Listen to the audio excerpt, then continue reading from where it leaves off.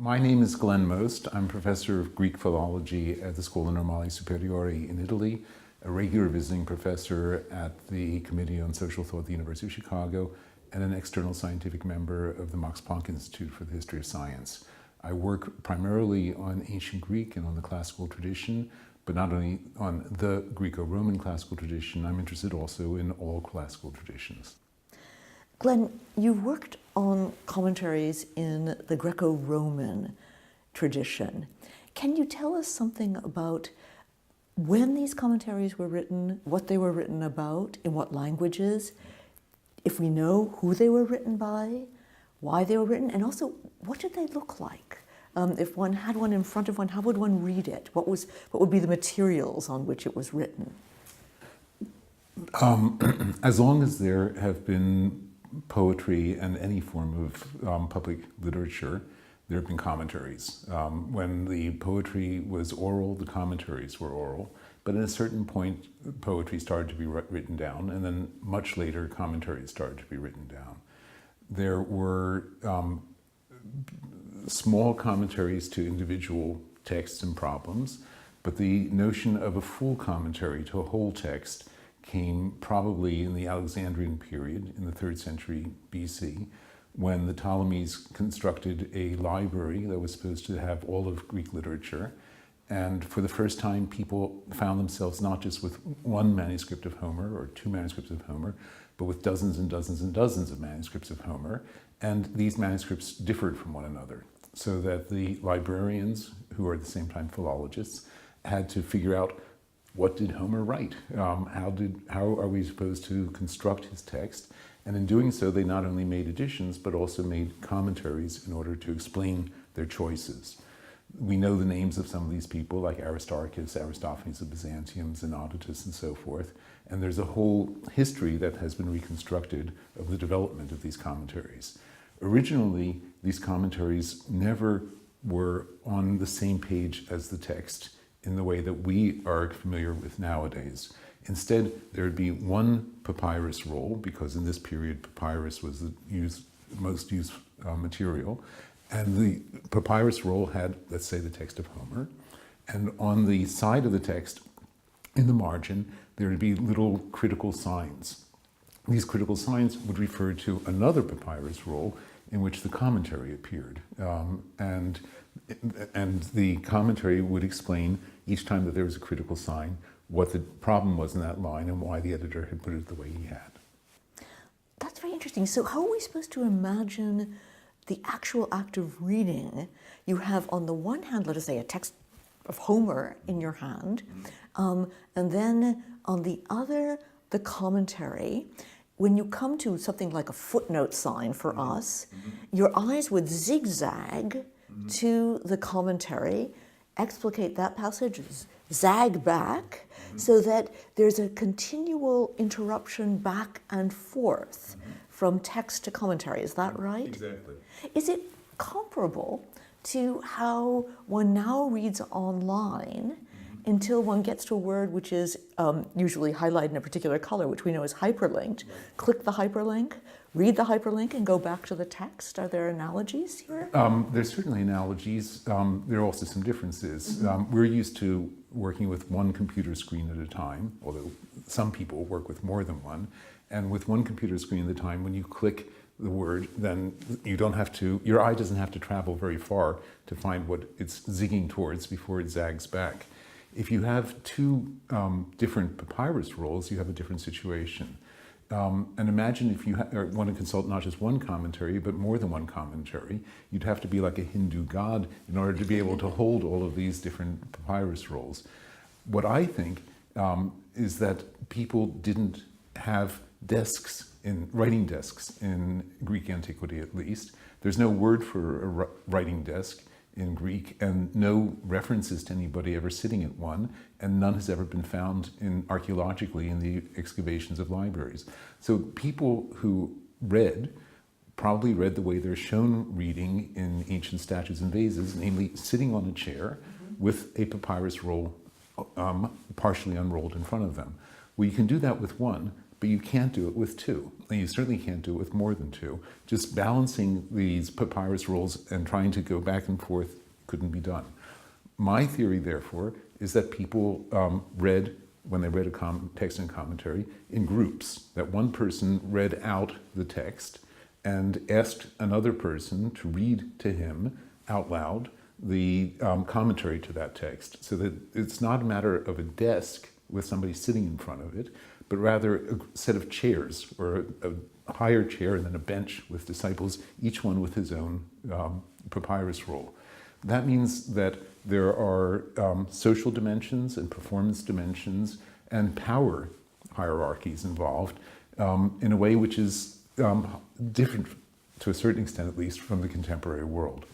So instead of zigzagging, we should imagine polyphony. Exactly. Many different voices back and forth in dialogue with one another. My idea is that the ancient library was a louder place than the modern library is. The world we have lost. You make a really interesting distinction between the piecemeal commentary and the comprehensive commentary, and you suggest that it's associated with an embarrassment of riches, that when you start having collections of manuscripts, you begin to see variability. But this presumes that variability is a problem. Is it taken for granted that there is one and only one canonical version of Homer or whatever other text is being edited? This is not a self-evident assumption. There are lots of cultures in the world which recognize variants of texts as simply a fact. It is a fact that whenever Pisa texts are transmitted orally or copied by memory, there inevitably are variants from one to another. What is unusual about the Greeks, and then following them the Romans, is that when they see a variant, they think it's an error. They cannot accept the notion of variance with equanimity in the way one finds in other cultures, not in all other cultures, but in some. When they see two manuscripts that have two different readings, they can't say to themselves, well, fine, they're both possible. They have to try to come up with which one is the right one and which one is the wrong one. There's a kind of obsessiveness about having the correct text in Greek, which is not at all a matter of sacred texts. It's not because Homer was a Bible. Instead, it works the other way around. The people who started doing biblical philology inherited views of the purity of the text from profane philology in the centuries before. The idea that one must explain strange words, to our minds, imagine one is reading the text of a Shakespeare play, which also will have a commentary apparatus to explain strange words which since the 16th century have fallen out of English usage. That would immediately suggest to us that the text is at once timeless, why else would we be assigned it to read, but also somehow embedded in a context and a past that we've lost. Does the commentary tradition in ancient Greece also have this sense of the past? That is, what necessitates these explications is that one is losing touch with a remote culture. Absolutely. There is nothing in antiquity quite like 19th century German historicism, but there is a very keen awareness of a difference between those times and ours. That sense of a difference between those times and ours is already in Homer. Homer himself refers to the heroes as being far greater than people are nowadays. There will be passages in which a hero lifts up a boulder to throw it against another hero, and Homer will say, he lifted up a boulder that people nowadays would need 10 of in order to lift them. So there's a heroization of the past. That then gets applied to Homer himself by the philologists. Aristarchus believed that there was a unity to the customs and to the language of the heroic world, which meant that you could only explain Homer from himself. Because if you tried to explain a word in Homer from a later poet, or a custom in Homer from a later poet, you couldn't, because it wasn't pertinent, because that world had its own integrity and unity. Then later Greeks looked back on Homer and looked back on Aristarchus as themselves heroic exemplars. And so there was a period in Greek literature in the 2nd and 3rd century when they were under AD, when they were under Roman domination, when a movement called Atticism became widespread, where you weren't allowed to use any words that weren't used by one of the great 4th century BC prose authors like Plato or Demosthenes or Socrates. So there are lots and lots of philological studies and lexicons of Attic words, and later people used only those words in order to, in some ways, align themselves with the greats of the past. This then repeats itself in the 15th century and the 16th century, when there was an argument about whether you were allowed to use any Latin words that Cicero had not used. And this becomes a lexical form of a kind of heroization of the past, which is one of the characteristic tropes of the Greco-Roman classical tradition. Vulgarized in the tradition of which dictionary you're allowed to use for Scrabble games. Vulgarized and idealized. One last question, which is the inverse question. By looking back to the past, the commentator would have been acutely aware of the changes wrought by time, and his, presumably mostly his, role would have been to somehow salvage the text from the ravages of time.